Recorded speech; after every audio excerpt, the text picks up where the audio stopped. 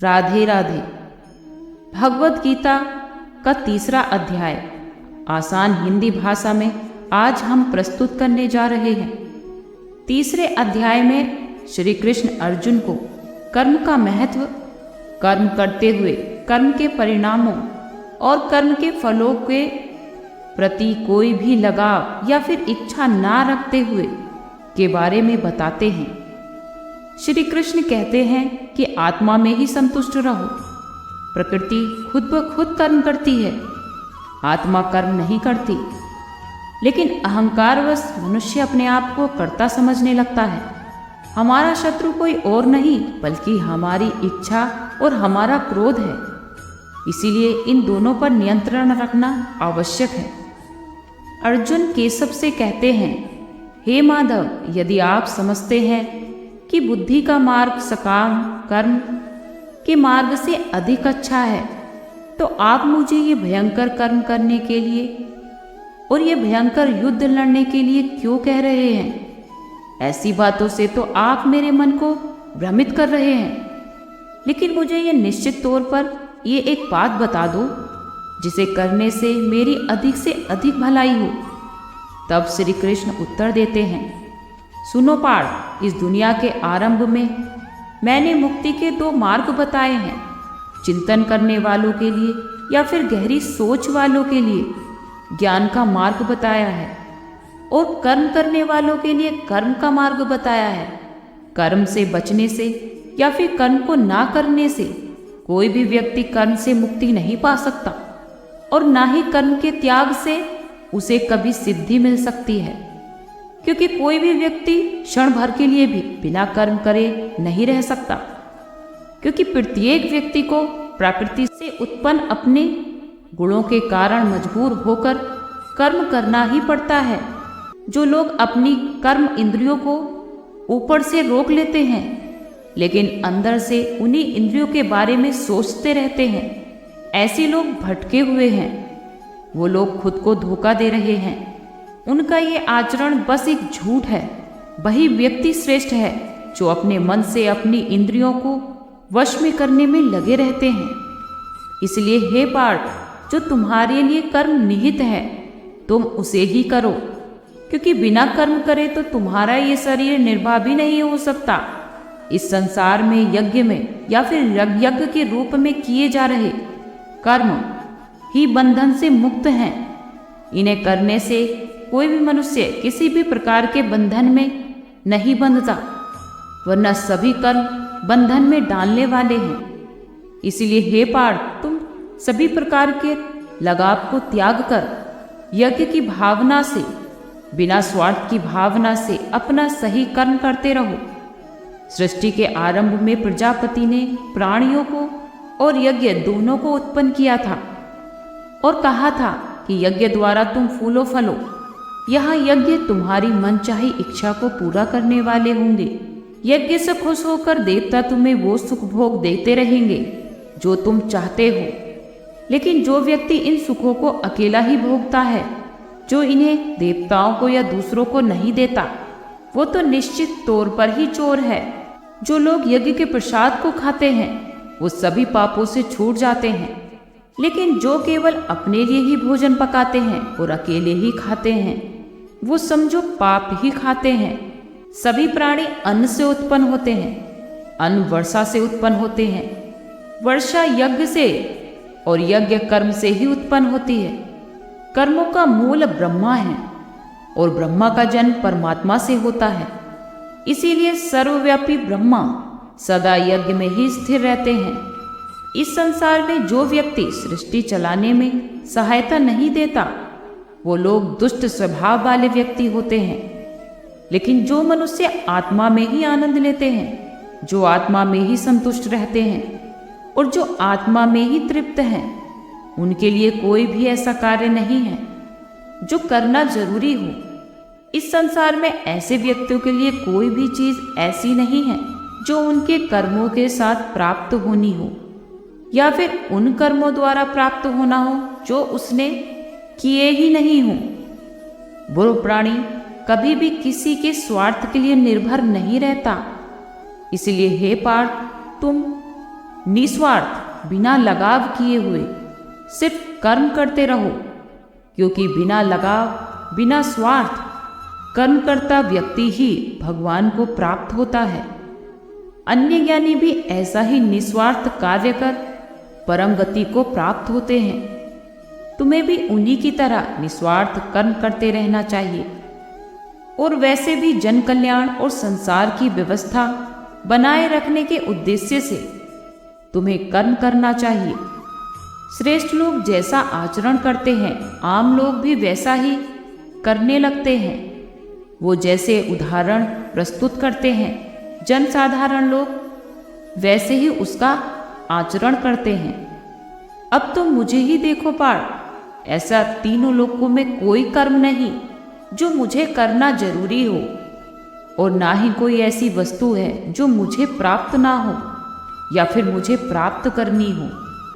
लेकिन फिर भी मैं कर्म करने में लगा ही रहता हूँ, क्योंकि अगर मैं सावधान होकर कर्म ना करूं और कर्म करना छोड़ दूं तो, क्योंकि लोग मेरे ही मार्ग पर चलते हैं, तो वो लोग भी कर्म करना छोड़ देंगे।